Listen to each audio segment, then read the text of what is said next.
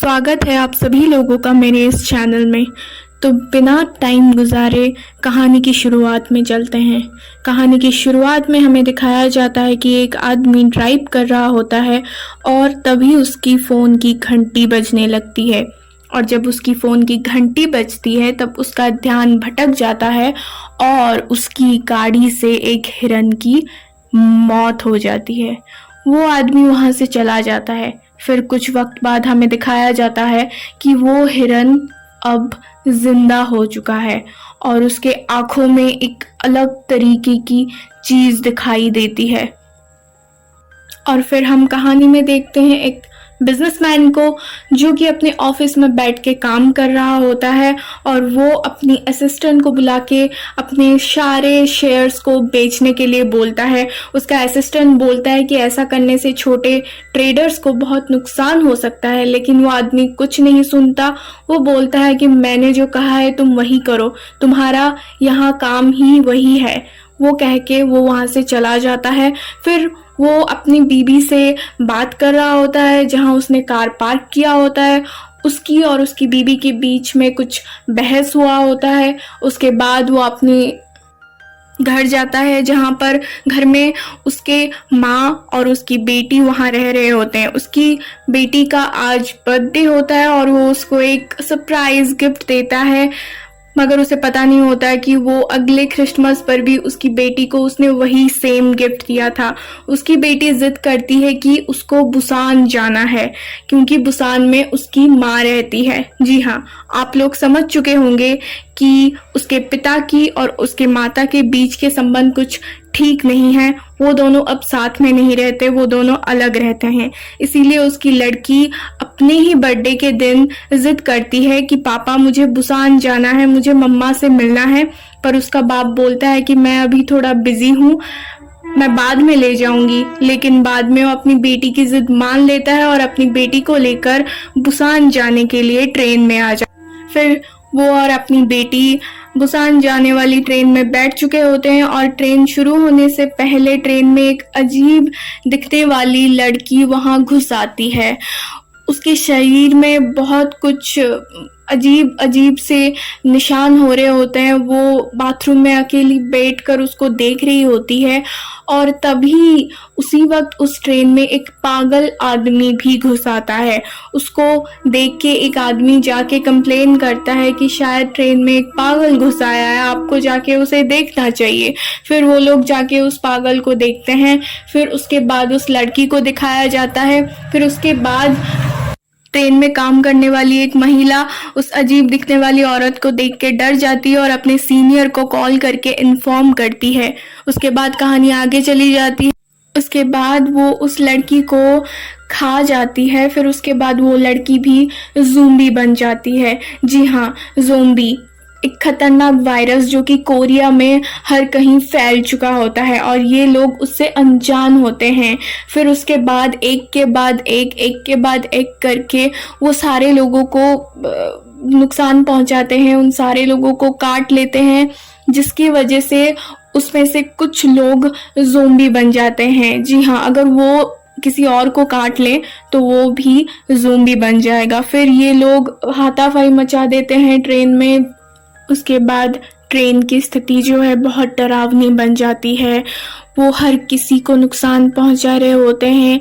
वो बहुत लोग वहाँ पे ज़ोंबी बन रहे होते हैं और जो लोग अच्छे होते हैं वो अपनी जान बचा के ट्रेन में भाग रहे होते हैं। इसी वक्त न्यूज़ में भी खबर आ जाता है तो इन लोगों को पता चल जाता है कि यहाँ एक वायरस फैल चुका है जिस वायरस से हमें बचना है। वो बाप अपनी बेटी सुजान को लेकर जान बचाकर वहां से भाग रहा होता है। दरअसल वो उस वक्त किसी और के बारे में नहीं सोचता, वो सिर्फ अपनी बेटी और अपने बारे में सोचता है और दौड़कर किसी सेफ जगह पर जाना चाहता है।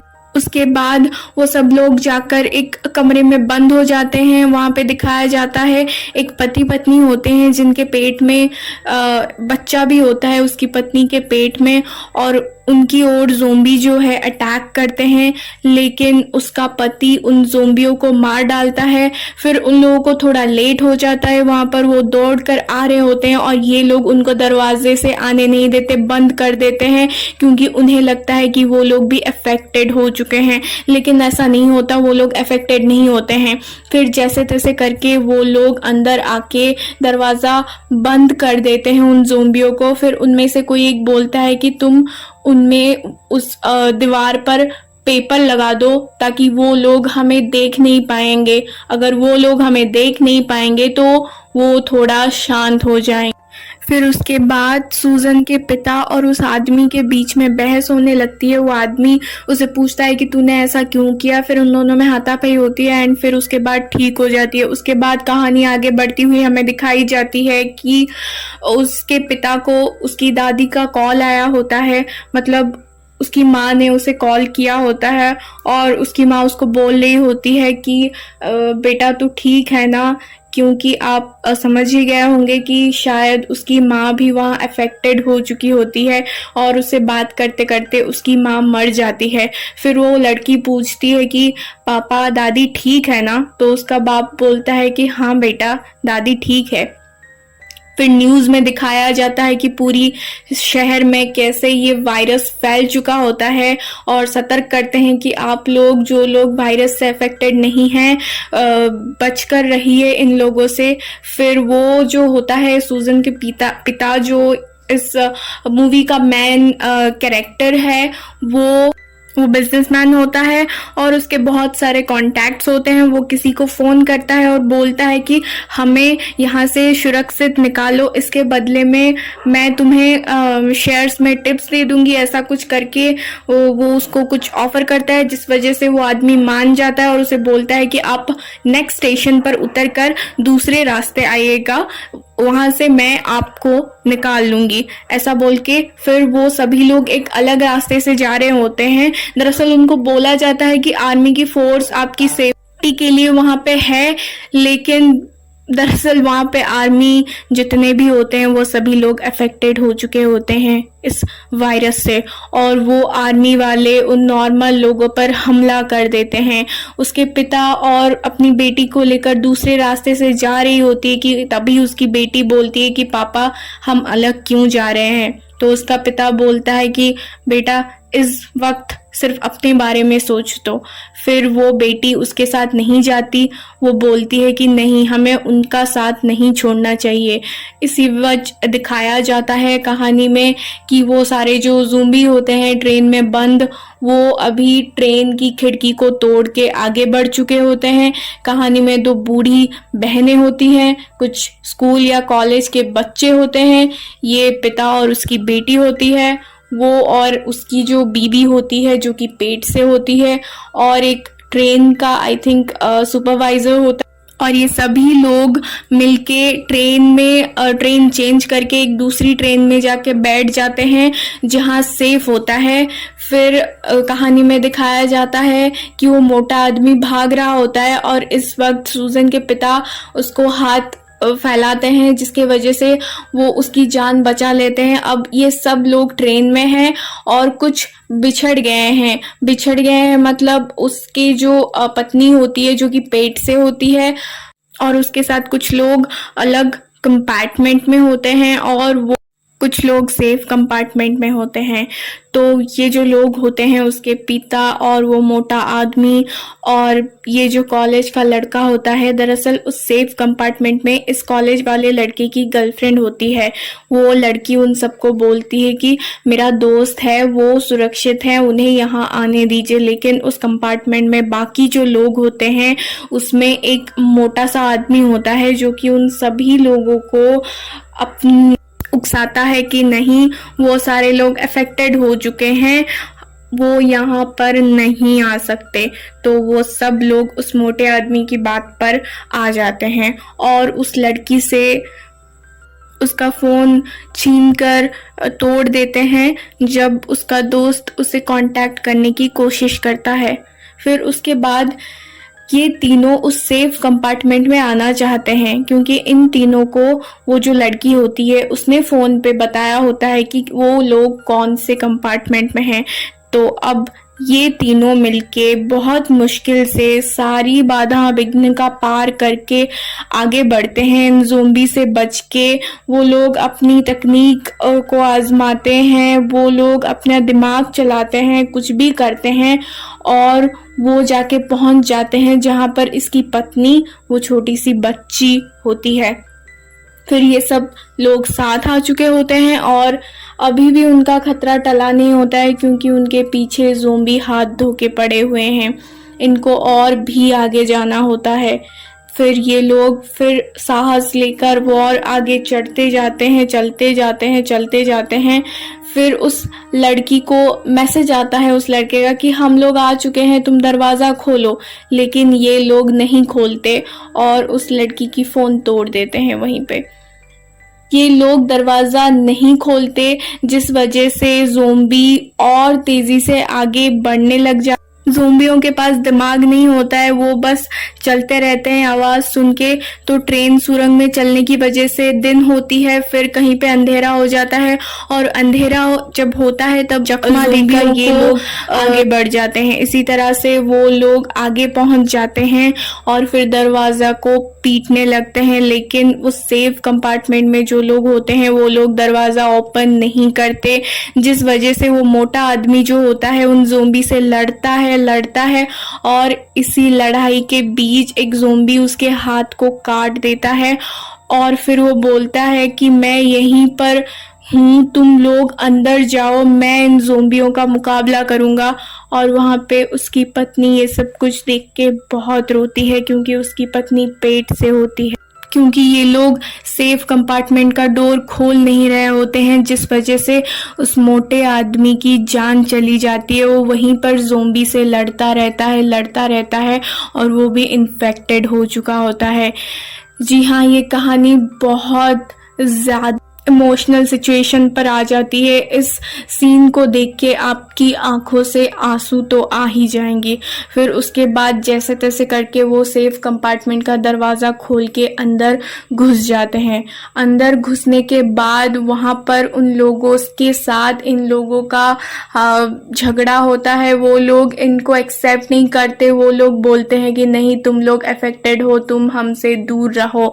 और इसी बीच झगड़ा वहाँ पे चलता रहता है। फिर कहानी में दिखाया जाता है कि उनके लिए एक सेफ दूसरी वाली ट्रेन आ रही होती है और उनको बोला जाता है कि आप लोग इस ट्रेन से निकलकर दूसरी ट्रेन पकड़ लो, आप लोग सेफली शहर में आ सकते हो। वो जो मोटा आदमी होता है जो सबको बहका रहा होता है उन लोगों के खिलाफ, दरअसल वो बहुत ही ज़्यादा खुदगर्ज इंसान होता है। आगे कहानी में वो उसकी वजह से बहुत लोग मर जाते हैं। वो सिर्फ अपने बारे में सोचता रहता है। वो तब भी झगड़ता रहता है उस ट्रेन में और ट्रेन के बाकी लोग, उन सब लोग उस कंपार्टमेंट से निकलकर जो नई ट्रेन आने वाली है वहाँ पर जाने का प्लान बनाते हैं। क्योंकि ट्रेन में बहुत सारी ज़ोंबीज़ हैं तो उनसे बच के ट्रेन से बाहर निकल के जाना बहुत ख़तरनाक होता है, पर फिर भी उनको ये करना पड़ेगा। फिर सब अलग अलग जा रहे होते हैं। उसी बीच उसकी बेटी उसकी बाप को बोल रही होती है कि पापा आई एम सॉरी, मेरी वजह से ये सब कुछ हुआ। अगर मैं बुसान आने के लिए नहीं बोलती तो शायद ऐसा कुछ नहीं हो।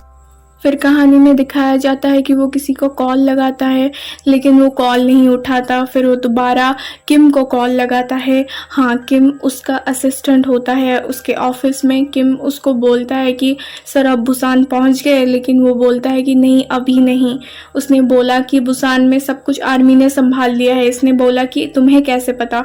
फिर किम बोलता है उसको, सर वो जो शेयर्स आपने बेच डाले थे वो हमारी ही कंपनी के शेयर्स थे, जिस वजह से उन लोगों ने ये वायरस फैला दिया है। और वहाँ पर वो बहुत दुखी होता है और किम पूछता है कि सर इसमें हमारी तो कोई गलती नहीं है ना? फिर वो बोलता है कि नहीं, इसमें हमारी कोई गलती नहीं। फिर कहानी आगे बढ़ जाती है।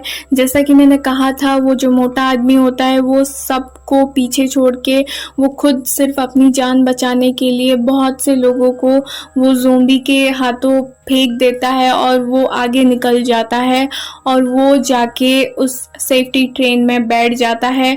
फिर कहानी में दिखाया जाता है कि वो सूजन, उसके पिता और वो जो प्रेग्नेंट लेडी और जो भिखारी था वो हाथापाई के बीच में दौड़ते भागते एक ट्रेन के अंदर आके फंस चुके होते हैं, जहाँ से बाहर निकलना बहुत मुश्किल होता है। फिर उसके पिता को एक रास्ता दिखता है, वो बाहर आ जाता है, लेकिन उसके बाद वहाँ पे एक पत्थर पड़ जाता है जिस वजह से उसके अंदर फंसी रही जो छोटी बच्ची होती है वो बाहर नहीं आ पाते। फिर उसके अंदर ज़ोंबी आ जाते हैं। फिर वो भिखारी उन ज़ोंबियों का सामना करता है और उसके जो पिता होते हैं वो जैसे तैसे करके उस पत्थर को निकाल डालता है और इन दोनों को बाहर ले आता है और फिर ये तीनों मिलके वहां से भाग जाते हैं।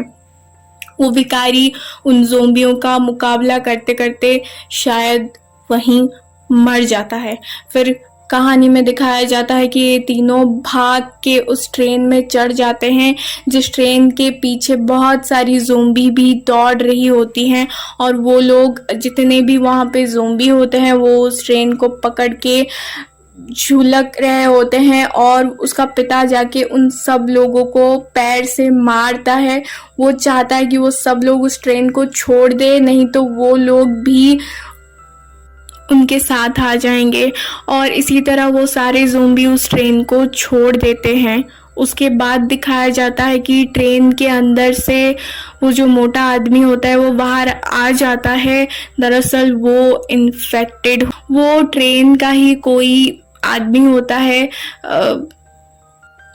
जिस वजह से उसको ट्रेन चलाने के बारे में भी नॉलेज होता है और उसके पिता के बीच में और उस आदमी के बीच में हाथापाई होती है। वो आदमी अब एक ज़ोंबी बन चुका होता है और उसके पिता बहुत लड़ने के बाद अपनी बुद्धि का प्रयोग करते हुए उसको नीचे धकेल देते हैं और इसी बीच वो सूजन के जो पिता होते हैं उनको काट लेता है और यहाँ पे वो इन्फेक्टेड हो चुके होते हैं।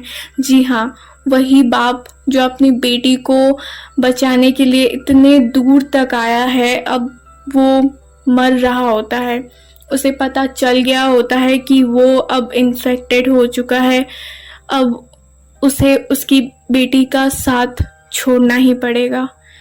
ये सीन बहुत ही ज़्यादा इमोशनल है। वो अपनी बेटी का हाथ छोड़ के उनको सेफली बिठा के बाहर आ जाता है। उसकी बेटी बहुत रोती है।